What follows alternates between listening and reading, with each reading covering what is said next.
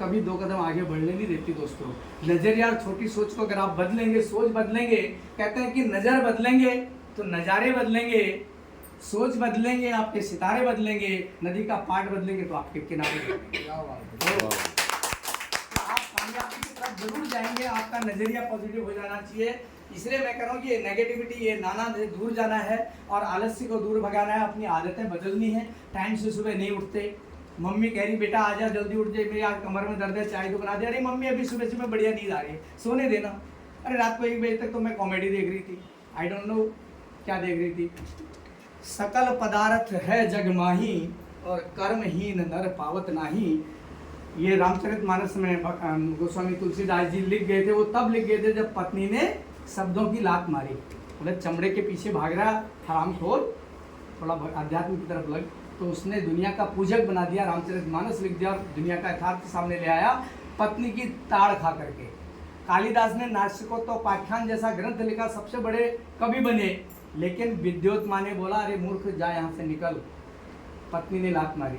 ठीक है, यानी पत्नी की झड़क सुनने से इंसान कामयाब हुआ। मैसेज ये नहीं जा रहा है, मैसेज ये कि पत्नी को भी जागरूक करो, वो आपको पॉजिटिवली सपोर्ट करेगी। आप विश्वास बनाए रखोगे, तू मैं और चरित्र के ऊपर उंगली ना आप उठाएं ना वो उठाएं और कहीं की घेरबाड़ करें तो आपका परिवार अच्छा चलेगा दोस्तों। हेलो, बहुत सारी कंपनियां उल्टा सीधा होता है। मैं यहाँ आया हूँ, मेरी नज़र अगर गलत होगी, मैंने कहा ना सर्व यत्र नारेस्तु पूजनते रमनते तत्र देवता। जहाँ नारियों की पूजा होती है वहाँ देवता वास करते हैं। नारी 9 शक्तियाँ, नवरात्र 9 दिन के आते हैं। माता आदिशक्ति के 9 रूप हैं। चामुंडा देवी का क्या 9 रूप हैं, नहीं वो तो वो 9 रूप में ही तो है ना सर। आप समझिए उसको पहले दिन से शैलपुत्री, चंद्रघंटा आदि सब करते चले जाइए। देखो सर ऐसा है, जल में मगर से बहर तो करना ही नहीं, ताने नहीं मारने, क्योंकि कोई शब्द अंदर से चुभता है तो you have not permission to do that. ऐसा नहीं करना है। उसी पत्नी से परिवार हुआ है, कुछ दिन आलिंगन भी किया है, कुछ दिन हम बिस्तर भी हुए हैं, कुछ दिन परिवार भी हुआ है, लेकिन कभी कभी अच्छा बुरा होता है। जब पूरी जिंदगी उसने समर्पण करके अपने साथ आपको दे रखी है तो कहीं ना कहीं आपको नाक ऊंची करके मैं आदमी में मर दूंगा, ये नहीं सोचना चाहिए। अगर एक बात बताऊं तो एक कॉमेडी आते बोला, देखा मैं इतने बंदों को लेके शहर है, मैं तेरे घर ढोल पीट बजा के तेरे को लोगों के बीच में लेके गया, तेरी क्या औकात है? औकात तो मेरी है। उसने कहा ओ हरामखोर, तू तो विटनेस लेके आया था ना। मैं देख माँ बाप सब कुछ समाज छोड़ के अकेले मैं वो शेर नहीं हूँ, तेरे इतने लोगों को हरा के बैठा और आज तेरे घर पर कब्जा करके बैठी।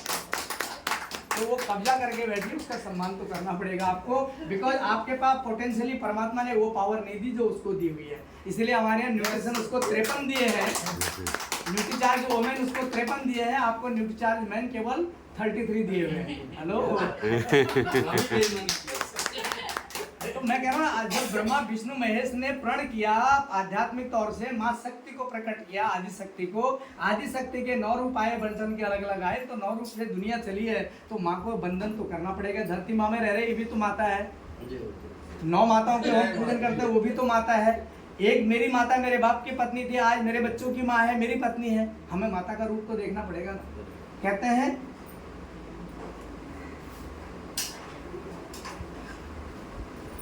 मातृवत परदारेषु, संस्कृत भी आता है, हिंदी अंग्रेजी भी आती है, अदरवाइज मत जाइएगा, लेकिन समझिएगा। मातृवत परदारेषु, मातृवत माने माता के समान, पर माने दूसरे की, दारा माने पत्नी।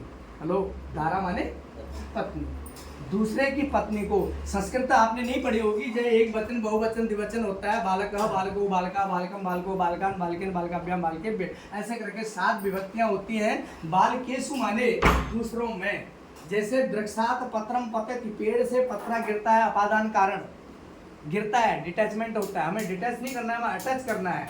तो आत्मवत परदारेषु, दूसरे की पत्नियों में अपना माँ का स्वरूप जो इंसान देखे, यहाँ पर पाप आएगा क्या? हेलो, माँ का स्वरूप जब आप दूसरों पे देखोगे तो पाप मन में आएगा क्या? सोचना पड़ेगा।